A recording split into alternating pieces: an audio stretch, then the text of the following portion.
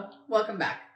I'd like to show you today how the mind gets the information programmed into it from the time we are very young. Now, very young can mean different things to different people. It can be from the moment of conception. It can be from 14 days when the heart starts beating, 21 days when the brain goes online, or it can be lifetimes prior to that.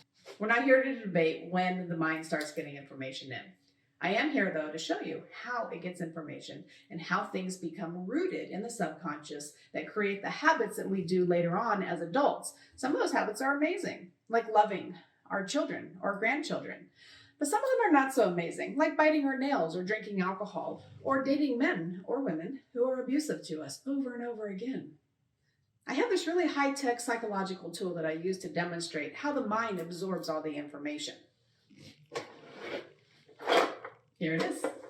I'm sure you've seen one of these. If you have small children, it's just the little box with the shapes in it. Okay? Now, imagine for a moment that this is our mind. Okay? Remember that commercial? This is your mind and this is your mind on. Okay, we won't go there. This is your mind when you're born. It's completely open. Completely open. Everything that you come in contact with goes into the mind. Oh, mom's voice while I'm in utero.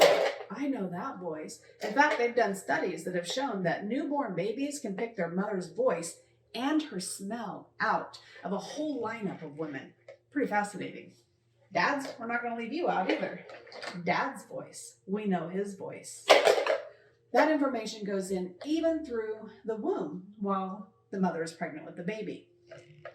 I like applesauce. I don't like broccoli. Big sister, she pinches me. Dad smells like alcohol, and when he smells like alcohol, he's kind of mean. Mom, she's not always there for me. Maybe she's lying on the couch, and she just looks sad all the time. Grandma is the best. Obviously, I'm a grandma. Grandma is the best. She gives the best hugs, the best love, the best cuddles. So all the information that the child brings in through all of their senses goes in, unencumbered, completely open. And then around age 7, maybe 8, the mind starts forming what they call a critical faculty. Now, this critical faculty can be thought of like a net that only lets in information that's already familiar to the child. There's so much information going into the brain up to this point that to continue to be completely open like that, that's a lot of information. So the critical faculty comes online that says we're only going to let things in now that are familiar to us. So I like applesauce.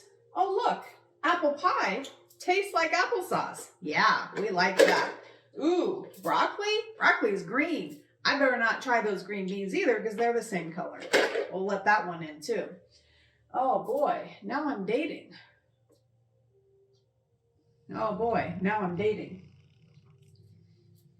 Dad was kind of a butthead when he drank. In fact, he drank a lot and he was really mean when he drank. So I'm only going to date guys who drink and are mean to me. Oh, that guy wants to date me. He's a really nice guy. Everybody tells me I should date him because he's so kind to me. Yeah, doesn't fit with what I know. Sorry, dude. Guess you're going to have to find someone else. Oh, grandmas. I love my grandma. My grandma's amazing. In fact, anybody who looks like my grandma, sounds like my grandma, or even smells like my grandma, I'm going to let that information in.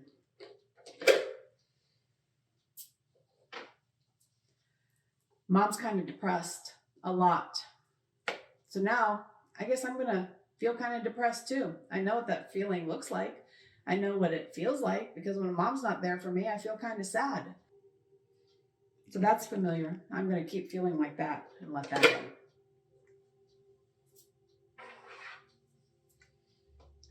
Now I'm seeing a therapist because I have so many emotional issues and I've been labeled as the kid with a problem.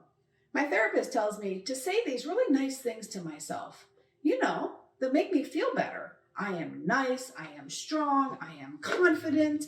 Okay, they sound really good. I will do that. I am nice, I am strong, I am confident, and gosh darn it, I like myself. And it goes through the brain and it hits the subconscious critical faculty and Nope, I'm sure not. Guess that one's getting thrown away too. So remember, our brain is completely open from conception or birth all the way up to about age 7. Critical faculty comes online, then only things that are familiar to us enter into the brain.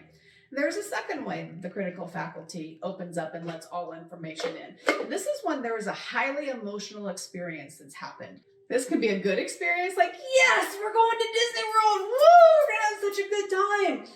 Then you remember that. And then anytime you think about Disney World, you see those black ears, you hear Mickey Mouse's voice, all of a sudden you feel that good feeling again. It can also be when negative things happen or scary things. Let's take, for example, a car accident. If a child is involved in a car accident, or even an adult, this can happen at any age. It doesn't have to be at a certain age. Highly emotional experiences at age 45 open up the critical faculty the same exact way as the critical faculty is opened up when you were 10. When a car accident happens, there's usually a lot of emotions that go along with it. Fear, anger, but that fear is so intense that the critical faculty opens wide up and it says, we want to remember absolutely everything about this situation. Because if it happens again, then we know how to handle ourselves. We know how to protect ourselves. So everything that we see goes right in. Everything that we hear goes right in. All of the smells associated with it go right in. How our body feels and the feeling of that seatbelt across our chest goes right in. The people that I'm with go right in. Every single aspect of that accident, from every sense that you could possibly be feeling, including your sense of where you're at in space, the vestibular and the kinesthetic sense. All of your senses are firing, giving information to your subconscious mind. As soon as the emotions come back down, the critical faculty goes back online and it says, all right, now I have that new information in here, and now I'm going to let in information that is similar to that. And I'm not letting that old information out because we need it to survive. And so the next time I get in a car with my dad, all of a sudden I feel that same exact feeling. The next time I put that seatbelt on, I'm filled with that feeling of dread and fear and anxiety. The next time I hear a squeal of tires, I just can't get in a vehicle anymore. In fact, just thinking about driving now keeps me home. The third way our critical faculty opens up, and the mind can change the programs or install different programs that we want to believe, is with hypnosis.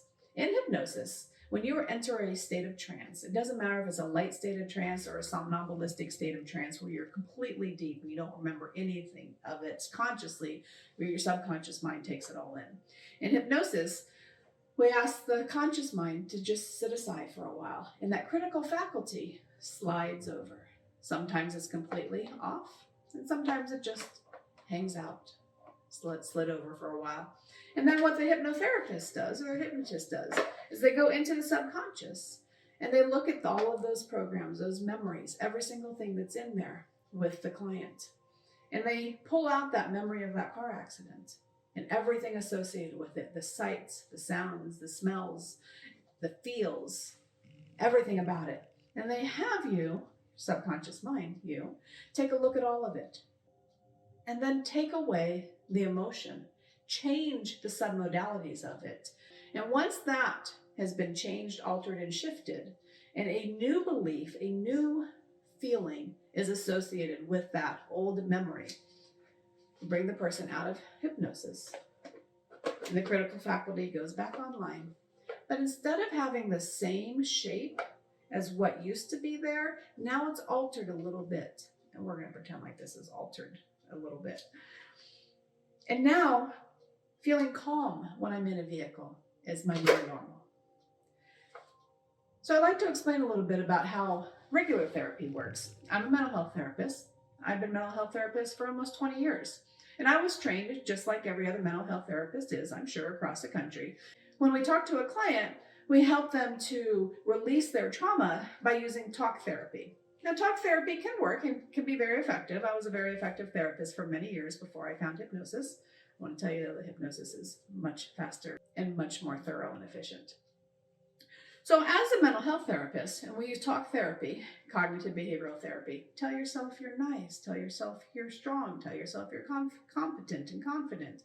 It works. It just takes a little while. We go into the mind and we start having them tell their story. Talk about the trauma, the details. Tell a little bit more because I can't quite get it. Give me that detail of that part. Yeah. And then talk about it a little bit more. Oh, got it. Great. Now that you have all the details of that situation hashed out, now you feel better, don't you? And they're like, yeah, I do actually feel better. Thank you very much. They leave your office. They've removed part of that. But the problem is they haven't changed this. And so the next time they hear squealing of tires, that same reaction happens again. Now, again, mental health therapy, talk therapy can be effective, but it usually takes a really, really long time to change the critical faculties, programs, those habits, the habitual behaviors, the habitual actions and reactions. So I hope this helped to explain a little bit about how our mind brings information in, how it gets stuck, the habits that are created because of what we've always known, it's what we will always do, and how to go in and remove, change, shift this information to help you feel better. So I'd like to thank you for watching this video. If you have any questions, please feel free to reach out. My contact information will be below the video. And if you're interested in hypnosis or being a hypnotist, please feel free to reach out and ask. We have great trainings coming up. Thank you, and have a blessed day. And create your happy day today.